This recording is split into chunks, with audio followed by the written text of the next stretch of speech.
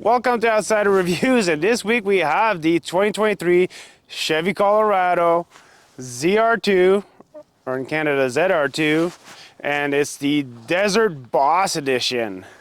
So basically when you're looking at this truck, you're not gonna blend in. That's not what the purpose of this truck is. It's definitely gonna strike people's attention, especially finished like right here in the glacier blue metallic color.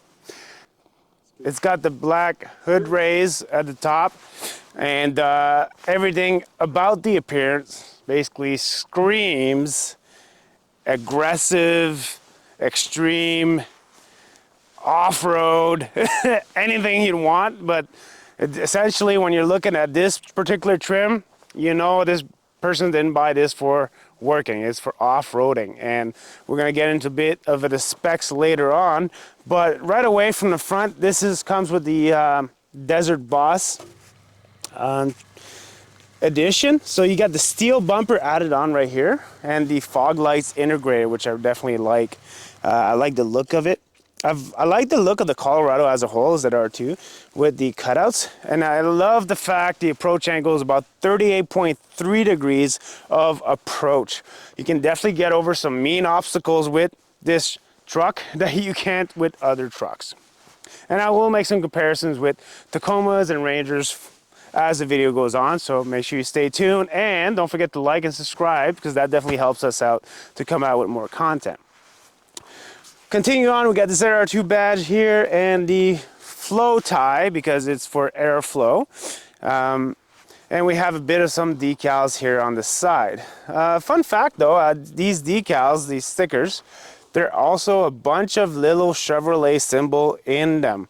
That's what makes these all these ridges on there. It's all a bunch of Chevrolet. So fun fact, people aren't gonna notice, but it's good to know. Everything is LED as far as lights, and let's take a look under the hood. Now, under the hood, we have the 2.7 liter 4-cylinder engine, turbocharged, of course, which provides you about 310 horsepower and 430 pounds-feet of torque. So a little raise in the horsepower from last year's V6, and a significant raise in torque from, again, last year's V6. This goes through a 8-speed transmission, which I actually found to be quite smooth and perfectly adapted for this truck. And now we'll take a look at the side profile. From the side profile, this is where you truly see the 3-inch lift that this comes with, as well as the beefy 33s on there, mounted on 17-inch wheels with the beadlock look going on for them. One thing that's great about this truck is you can actually do air down from inside the truck, and the truck will hunk once you've aired down the tires to the desired PSI that you want. So we'll show you that inside, but again, definitely a cool look, definitely built for off-roading. And the rock slides right here, rock sliders, definitely testament of that, because this is where you would usually see a step on a jacked up truck to get in, but this is not a step. Don't get fooled, because it is pretty slippery. It's there to protect when you're sliding around doing off-road and some rock crawling, and definitely there to protect it, right? And the beefy tires also have some okay sidewalls to it to protect it as well, but again, it's definitely a good look. It has a fairly small mirror, but this is meant for off-roading. It's not really meant for work. I would like to see maybe a little inch more of the mirror, but at this point we get into pity stuff. We got, you know, keyless access right here, the button, press the button, unlock and lock, and as well as the same tires, 33-inch tires in the back. And we have a good look in the back here of the Multimatic DSSV suspension. That is probably the best in the industry right now that you get straight from the manufacturer. I mean, we used to have Trail Bosses with these, which had the Rancho shocks. Forget that. These are by far the most comfortable. They definitely have, I believe, compared to the regular Rancho shocks, I think it's like 3-inch more in travel distance as far as how far they can expand. So travel distance 3-inch more means a great big deal as far as off-roading. definitely, definitely a much comfortable, smoother ride. We drive here not too much off-road because it is wintertime. All these trails are basically now snowmobile trails, and they get kind of peeved off if you go off-roading in a truck in the snowmobile time. By kind of, I mean they'll, you know, give you death threats. But that being said, we definitely got to go onto some snowbanks and stuff, and the roads up here in the mountainside of Quebec, definitely rough enough that you'll notice a very big difference how smooth it is going at high speed over really rough roads, and it just really maintains the grip, maintains everything. We also have the sports bar here, look, and as you can tell up there, I'll show it from a different angle, but we have the rooftop lights. So that basically Trail Boss decal over here, and now we'll go take a look at the bed. Now here we are at the back end. Big Chevrolet written out on the tailgate with the same kind of Chevy logo decal as we see in the side as well. So as far as this, it's pretty simple. It's got the dampened opening, and once you're inside, obviously it's got spray and bed liner. We have a ruler right here if you do decide to work with this truck, as well as opening up a secret compartment. Here we go. The compartment is basically watertight, and you can use it as a cooler, and has little dividers that you can purchase and put them in there. So a nice little functional storage in there. And furthermore inside, it's sprayed in. It's got 8 tie downs, as well as a 120 volt plug-in. It is a short bed. Now all configurations of the Colorado are crew cab short bed, so you can't configure it in any other way. They do that basically to increase production and save costs. Aside from that, we have the ZR2 badge and the trailer hooks. This thing can tow 6,000 pounds, and the payload is 1,310 pounds of payload. So if you could fit something that's heavy, that's about as much as you can do payload with it. Now let's go take a look at the inside.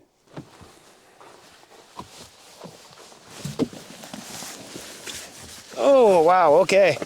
So getting in the back seat here, I'm 5'9", and I'm a bit wide.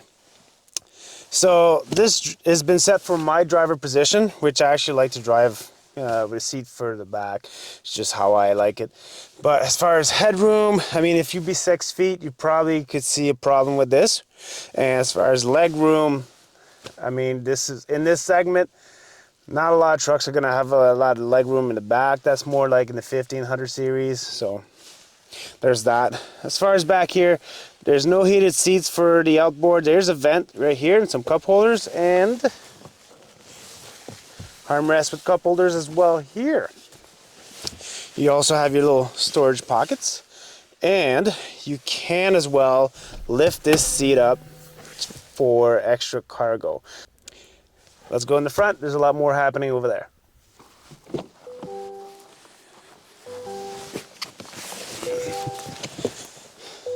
All right.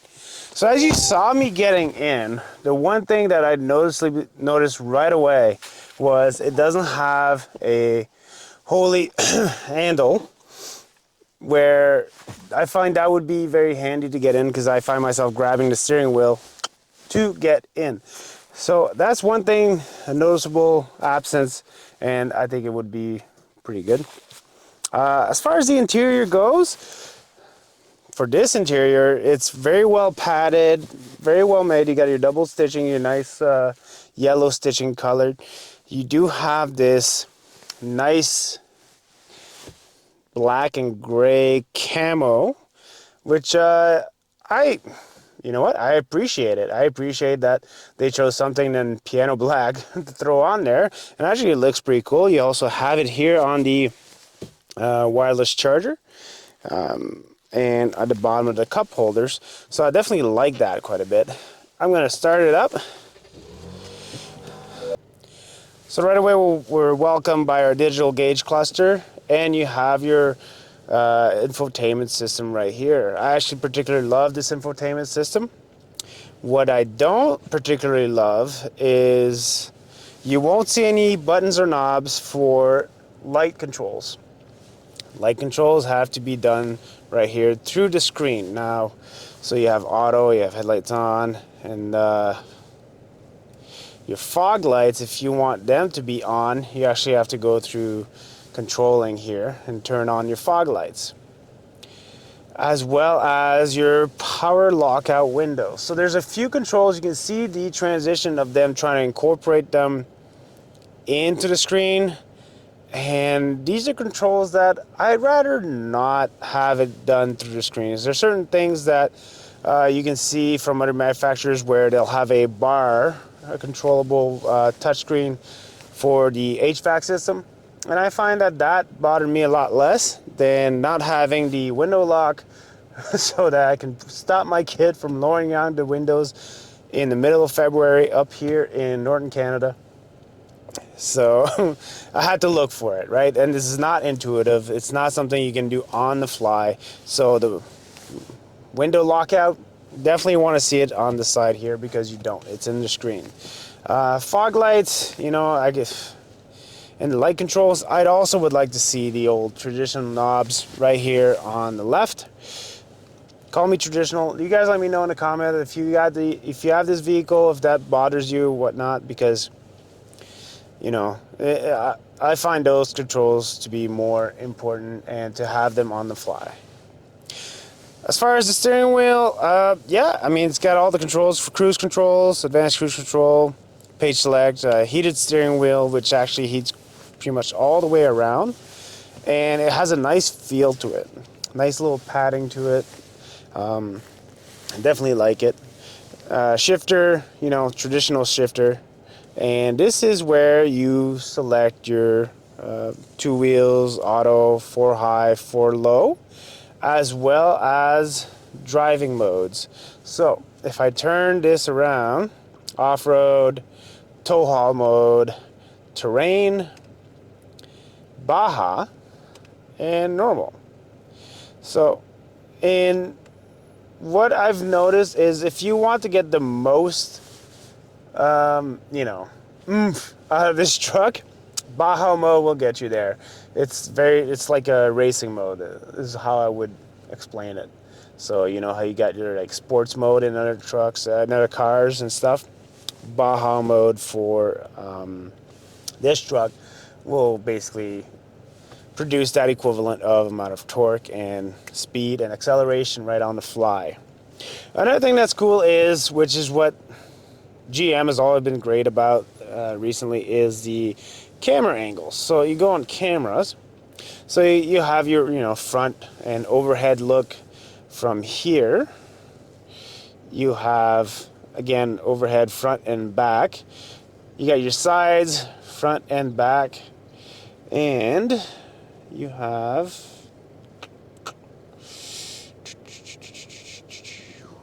trailer hitch, definitely important.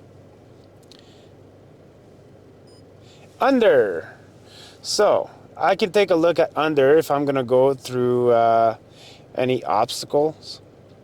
And you can actually wash these cameras as well by pressing this. So it washes the cameras and you can see what you're going over if you're going over any obstacles. So definitely handy to have. Seats wise, comfort wise, you know, I find these seats a little bit narrow. I got a wide butt, so maybe it's just me. So I'd like to see a little bit more wider, more comfortable seats. But again, like we drive 1500 series trucks, and you can't compare that kind of comfort into this kind of more compact pickup truck segment.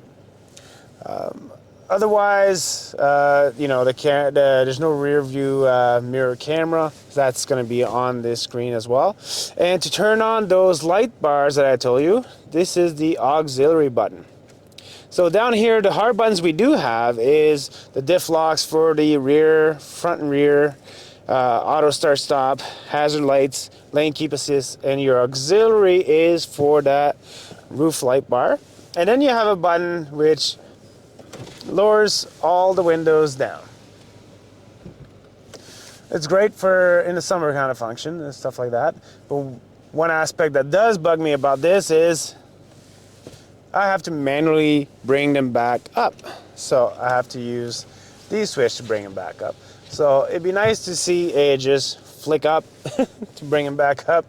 That would be nice. But and also for the screens, this is the interface is Google. It's a Google interface, which I find to be one of my favorites. However, I still end up using Android Auto quite a bit, and it's wireless Android Auto and wireless Apple CarPlay, and I've had no issues using this. Moving up to the mirrors, this is the an auto dimming mirror, but it doesn't have the camera function. But still self-dimming mirror, and we have the sunroof. Manual shade, and opens up over here electronically, so definitely brings a little bit more light in here. I'd like to see a bigger sunroof just to make it look a little bit more spacious inside here, but that's not a big deal. Now let's take it for a drive.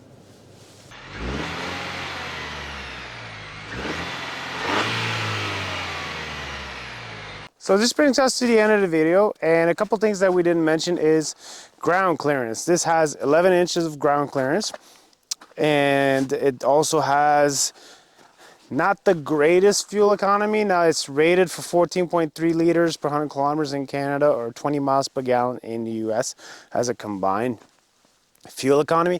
I find I use closer to 15 liters per 100 kilometers. However, we live up here in the north, so we always start our vehicles a bit early, so they're idling a little bit more. I also drive it a little bit more aggressively because I'm testing this truck. So yeah, I'm gonna drive it like I stole it. So my fuel economy may not be the best gauge, but if you are an aggressive driver like I am and you do like to rip around those corners, then 15 liters per 100 kilometers is a fair game, which is probably around 17 miles per gallon. Now we're gonna go over the price. Some more bad news for you there. It's $76,000 Canadian, or 67 US, $67,000 US. It's a little steep. It's a little steep. You can buy a full-size truck for that. However, you can't buy a full-size truck that's equipped for off-roading from the factory like this one is. So let's call a spade a spade. This is a special edition truck. Yeah. It's going to cost more money. It's designed for one particular purpose, and that's for off-roading. Another thing to be mentioned is the Bison is replacing the Desert Boss. So it's going to be a different name for the trim, and some different modifications, like the Safari bar at the front. You might not see that again, and the tires are a bit different, and you can go for 35-inch tires. You know, so and I think that brings you to actually to 12 inches of ground clearance for the 2024. So we're looking forward to testing those. What does this compete with? The Ford Ranger Raptor, period. I don't think that the Toyota TRD Pro or the Frontier 4 Pro X can be put in the same category as these two. So the Ford Ranger Raptor. So what sets this one apart from the Ford Ranger Raptor? Well, I'd say nothing really, except for maybe the price. If you're looking at, it has the same amount of torque as their V6 for the Ranger Raptor, but the Ford Ranger Raptor has 120 more horsepower, so keep that in mind. And the Ford Ranger Raptor is around $80,000 Canadian, so it's about a $6,000 difference between the two. So it's going to come down to what do you want more, right? Do you want that extra horsepower? In my opinion, I didn't particularly feel like I needed it. And but some people do different things, so yeah, that's your consideration. I'd rather save the money, get this truck, and still have the same amount of fun that I could probably have.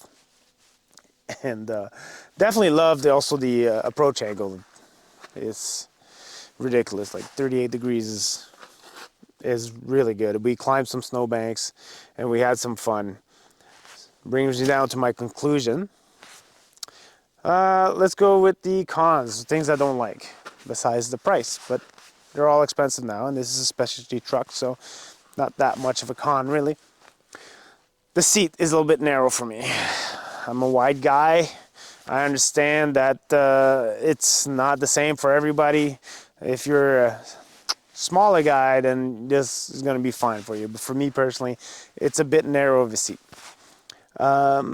And maybe the fuel economy is a little bit high, but I think that comes with the amount of power and the big tires. Now, speaking of big tires, one of my pros is definitely how comfortable the ride was as far as the suspension and the smoothness of it, and how quiet it was inside that cabin, even with those big tires going at highway speeds.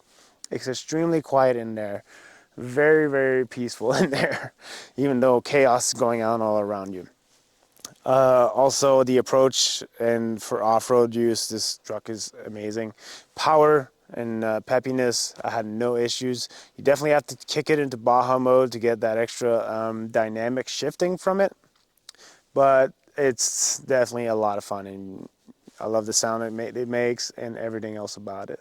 So definitely, that's my review for this truck. Let me know what you guys feel, how you guys feel about it, and please, it would help a lot if you like and subscribe and drop a comment what you guys thought about the review, what you guys think about the truck.